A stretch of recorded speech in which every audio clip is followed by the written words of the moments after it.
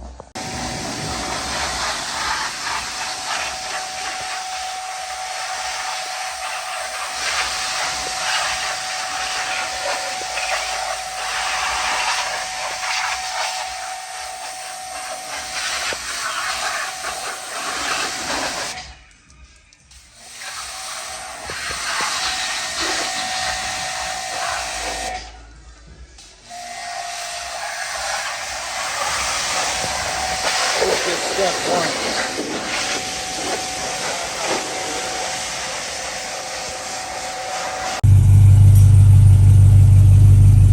Little update of the $825 Envoy.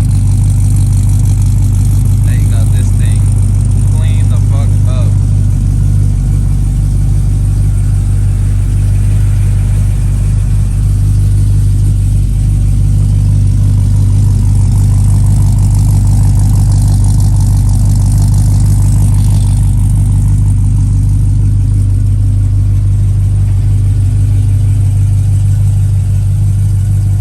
People on my YouTube, they were asking for an update for this fucking thing. Give them updates today. Yeah, I just did a little walk around. Bro, like, what is it gonna take to have you come run the YouTube, bro? I just need to come down and record.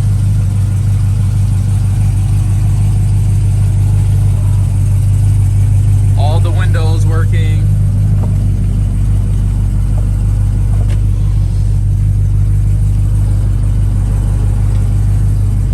Everything.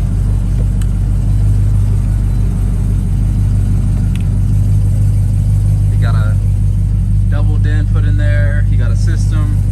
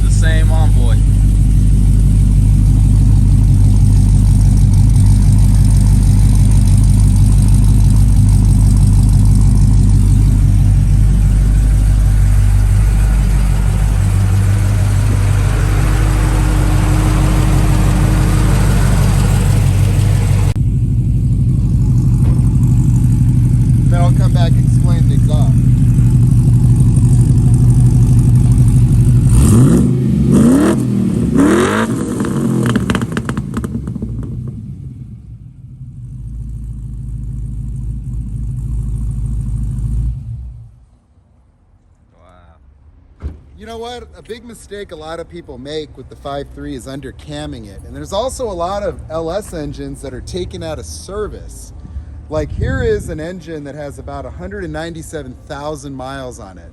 But when I tore it down, the short block was in perfect condition, and this thing ended up at auction because it sounded like it had knock. But a lot of these 5.3s and LS engines in general, there's certain parts in the engine that, you know, they're gonna go bad. Your lifters, things like that. You know, lifters, timing sets, oil pump O-rings and whatnot. And so if you have a high mileage LS engine, to me, what you look for is if it doesn't have a high level of oil consumption and it has normal oil pressure, chances are you've got a perfectly healthy, well-maintained engine. And if it has any kind of mechanical issues or odd sounds, usually it's the valve train.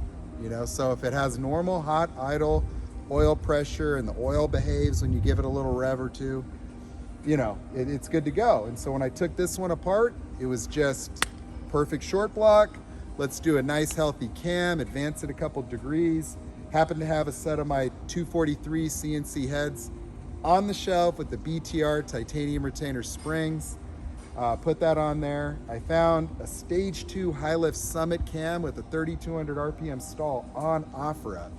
And so within the same week that Jamari here brought the vehicle, we had the engine out, new cam installed, advanced 2 degrees for a little more bottom end, 3200 RPM stall. Since then, what we did is we did a full Beltec Trailblazer suspension. And so we've got the struts and shocks with the springs. We got the ride height leveled out. It handles perfect. New upper strut mounts. You know, we put the new headlights, fog lights, radio. And since then, I also built the exhaust system. A lot of the exhaust systems that you can buy over the counter are kind of weak. You know, all the exhaust kits for the Trailblazers are like a single 3-inch pipe. Single 3-inch isn't going to be enough for me. And so what we got under there that's a perfect value is a MagnaFlow muffler. And the MagnaFlow muffler is 2 3-inch pipes going in and 2 3-inch pipes coming out. And if you look under there, you'll see what we did is we stepped it up to a 4-inch. So we got a 4-inch single down pipe. Everything in there is JMD tubes, Mandrel bends, mild steel with some stainless segments just because of the material I had in 4-inch. Couple V-bands on some very budget-friendly, you know, Speed Engineering $300 headers up front. And we made this whole exhaust system. The benefit of this exhaust system is the price point of the materials. Like, you can't beat it. Like, that MagnaFlow muffler that's in there was under $200, and it does the function of 2 mufflers in one, and it has a perforated X pipe. And so I've seen exhaust shops put Y pipes before it and after it, and you know, do all this weird stuff and put an X pipe, but that one muffler takes care of everything. So it's 2 mufflers in one with an X pipe for under $200. And so we did is we just did Mandrel 3-inch tubing right off of the headers. You know, goes right into the big muffler under there. You know, you could twist that up and maybe see the muffler. There it is, right? Right there. Yeah, so it's true dual exhaust. Like if you look up at the top, we took one side and converted it into 4-inch, and then we teed the other side right in. And so now we got a 4-inch, 4-inch tailpipe. So it's real free breathing. So ported heads, high lift cam, 3200 RPM stall, flex fuel conversion. Badass combo. You know, nice exhaust system on there. We're gonna build a 4-inch custom cold air intake with an LS3 mass airflow meter, and maybe just to see, put a fast 102 and 102 throttle body. But right now it's making fantastic power. You couldn't be happier with it. Anybody, you know, that's thinking like, I wanna pull my 5.3 and do a 6.062, I tell you, don't do it. The fastest LS engine and the most powerful factory engines happen to be 5.3 LSs. They're durable. This engine's the same thing as an LS2 with the smaller bore, and they respond the same. The one mistake people do with the 5.3 is because they generally come in trucks is they go small on the cam. They do the stage 2 Texas Speed. They do some truck cam. The bottom line is if you want to do a stall converter and some gears, if you do the right cam and the right head combo, build an intake, do a true dual exhaust. I don't care what you read on the forum. I don't care what all your buddies do. I don't care what that garage or this garage keeps doing the same stuff, you know. don't go get your cam from watching YouTube video idle clips. You do a cam that's meant to make power. Okay, power. If you want to make power with the 5.3, you know what you got to do? You got to go bigger, baby. It needs a bigger cam than a 6.2. Why? Because it's going to have to make up for the smaller displacement with RPMs. And so if we can go ahead and make 6.2 power with this engine, and it wants to spin to 8,000 RPM, 7,800 all day long, we've got a Coyote 6.2 whatever killer in a 5.3. And if anybody wanted to do the most powerful, fastest 5.3 combination, that would be pretty easy to do, because I'll team up with BTR like right now. We'll do an equalizer intake, we'll do some BTR prep, 225cc trick flow heads, Johnson lifters, and a cam that would intimidate people, okay? Like, it just specs that people wouldn't think you're gonna do on a 5.3. And when we build a 5.3 that can rev to 8,000 RPMs effortlessly, it's going to make more power than any of your homeboy 6.2 combinations just by RPM. If you study horsepower, all we're talking about is torque times RPM divided by 5252. And so if you have a smaller engine, you're gonna make less torque. So if you wanna make more power, you make that less torque up here at 7,000 RPMs when that 6.2 is already flatlined. And then guess what? Not only are you making more power, we put a little more gear in the rear end, okay? We put a little more gear in the rear end. Why? Because that's called torque multiplication. And now that you have an extended RPM range, your first gear is going to last as long as a 6.0 truck with no gears. Except the difference is you're making more power peak and you have different gearing. And that extra RPM that you buy, you just keep pulling. Okay, a lot of people put those gears and then they do the TSP cam. And then they're slow. Why? Because they don't have the RPM range for the gear, and so they shift earlier. And so they might get a little jump, or you feel a little extra pull, but then you're out of first gear like that. You need the RPM. You need the RPM. And so we could put a combination together that just kills people, bro. I've already done it.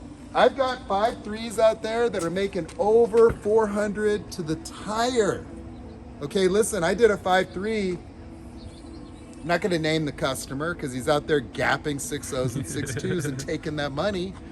But that thing made 444 at the tire. Okay, we put 444 down on a 5.3, a Gen 4 5.3, not an LT, and that's with stock heads. And I could go bigger cam, I can go Johnson lifters, we could put BTR shaft mounts that are very, very affordable on just a set of BTR prep 225cc trick flow heads and make a 5.3. I mean, I think we can make 500 at the wheel if somebody's like ready. But let's take a look.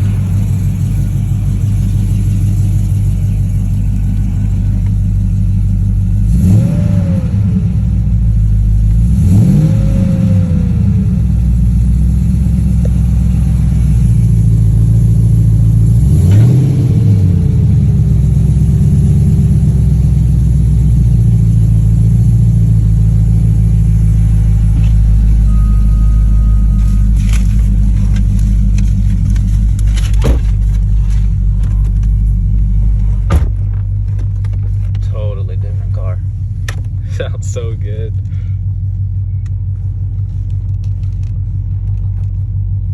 Like, people love it, bro. Everywhere I go, they talk about it. You know, like today, like a guy pulled, like he says he just had like a SUV, like some kind of Dodge, whatever, you know, and he's like, "Hey man, what's up with that, dude? Your car sounds really good. You got a Flowmaster on there? What is that?"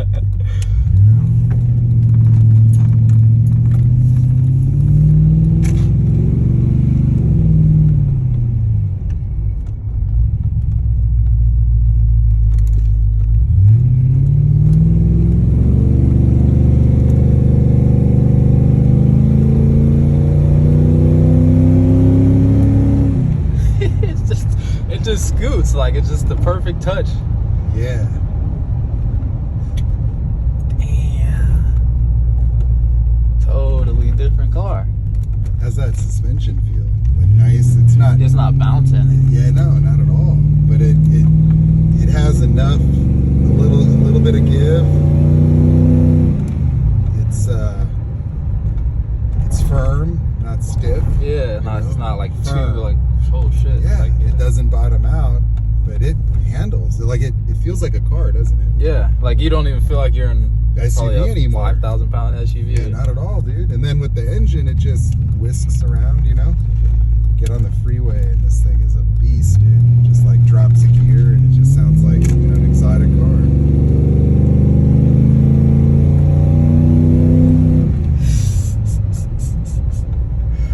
Jeez. You can't go wrong with it. It's not, to me, I love it, dude. It's like perfect. Yeah. Perfect.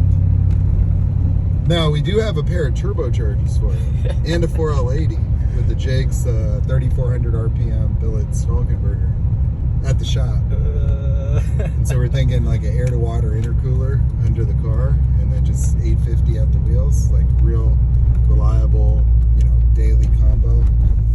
But when you drive this just the way it is, man, it gives you a lot of joy. Like it's not a race car, but it hauls ass. Like this thing, I gapped a Raptor on the freeway. I had a 6.2 Raptor roll up on me, tailgate me, and then try to hit a gear, you know, like past me. Yeah. Going west on the 91, and this thing downshifted, and it was like he was ahead of me because he got a jump, but I just passed him. And he was on it, like he was trying to not let me pass him because he knew. He knew I was on it, and I'm sure like he was confused afterward. He probably went What the hell to the dealership just to get a scan. Like it doesn't feel right. I just got passed by a soccer mom SUV. Like that's not a sport car, that's not a Corvette, you know? And so, you know, never hate on the 5.3, man. This thing's got ported heads, BTR shaft mounts, you know, nice little cam, not overkill. Let's see what it does. Wind it up.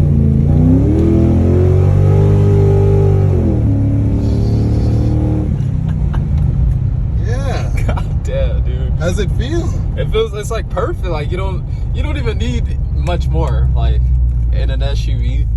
No, but you can have it. But it's just so like this thing now handles really well. And you don't drives perfect. You could not tell me this is 200,000 miles, could you? Yeah, you don't. Not at all. No. And just engine how clean it is. Yeah. You know, it turns heads and then it's unassuming. You know, so I'm gonna get just some subtle wheels on here.